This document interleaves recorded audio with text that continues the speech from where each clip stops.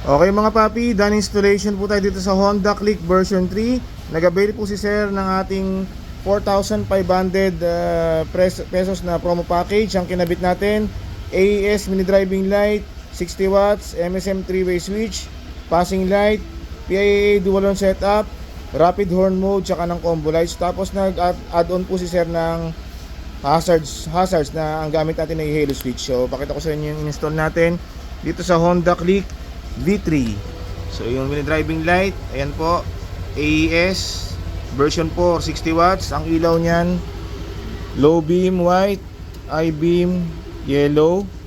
Ito yung ginamit nating switch, MSM 3-way sa side mirror, and then stainless passing switch sa passing light, papasing, low beam, passing, high beam, passing.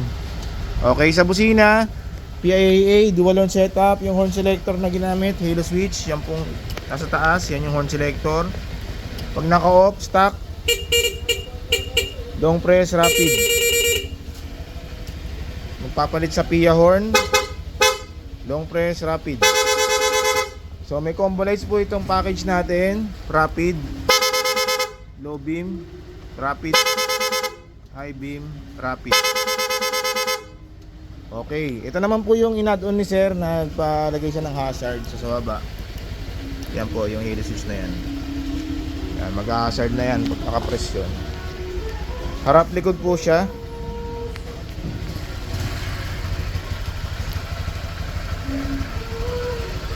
Okay mga paps, so kung nagustuhan nyo yung ganitong promo package para sa Honda Click V3, punta lang po sila dito sa Scooteristas online shop. Maraming salamat po.